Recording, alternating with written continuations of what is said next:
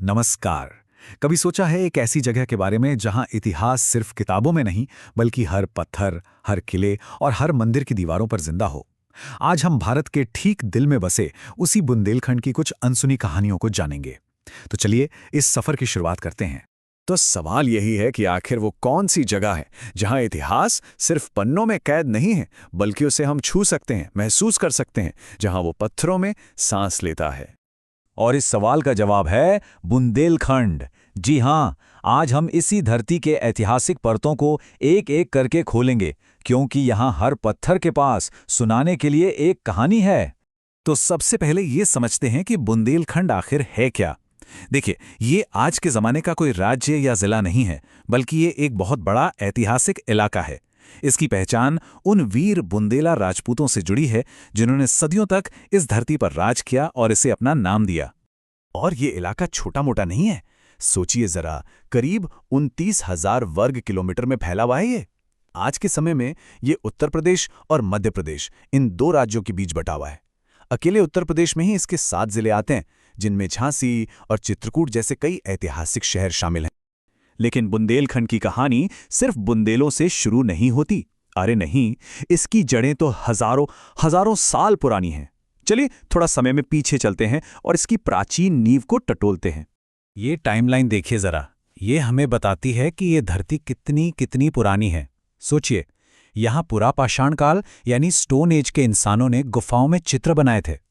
वैदिक काल में इसी जगह को चेदी साम्राज्य के नाम से जाना जाता था, जिसका जिक्र महाभारत में भी मिलता है।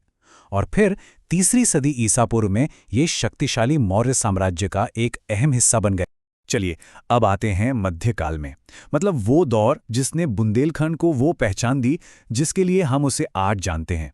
इस युग में दो महान राजवंशों ने इस धरती पर अपनी ऐसी छाप छोड़ी जो आज भी, सदियों बाद भी हमें दिखाई देती है। यहाँ ना दो बड़ी ताकतों की कहानी है। एक तरफ थे चंदेल, जो 9वीं से 13वीं सदी तक राज करते रहे। ये कला के पुजारी थे और इन्होंने खजुराहो जैसे अजूबे बनाए।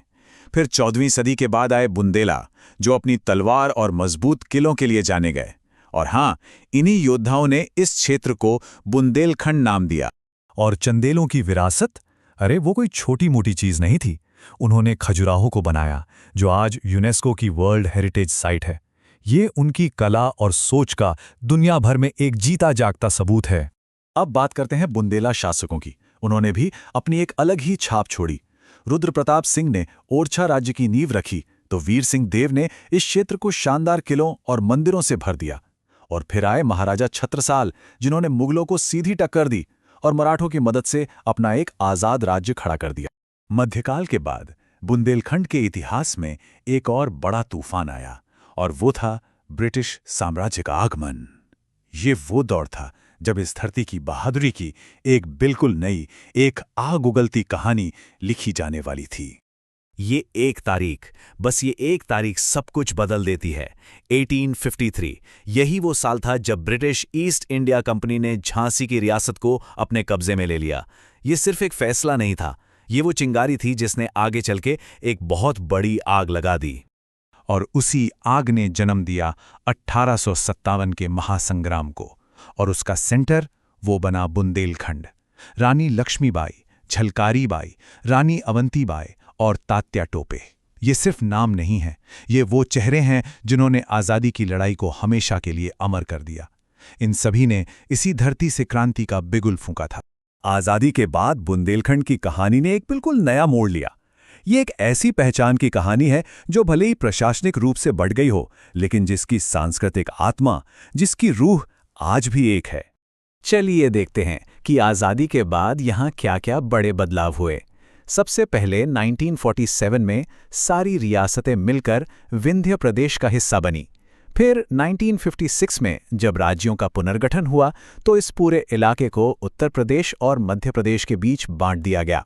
और हाल के सालों में 2011 से एक अलग बुंदेलखंड राज्य बनाने की मांग भी उठती रही। तो आज का बुंदेलखंड कैसा है?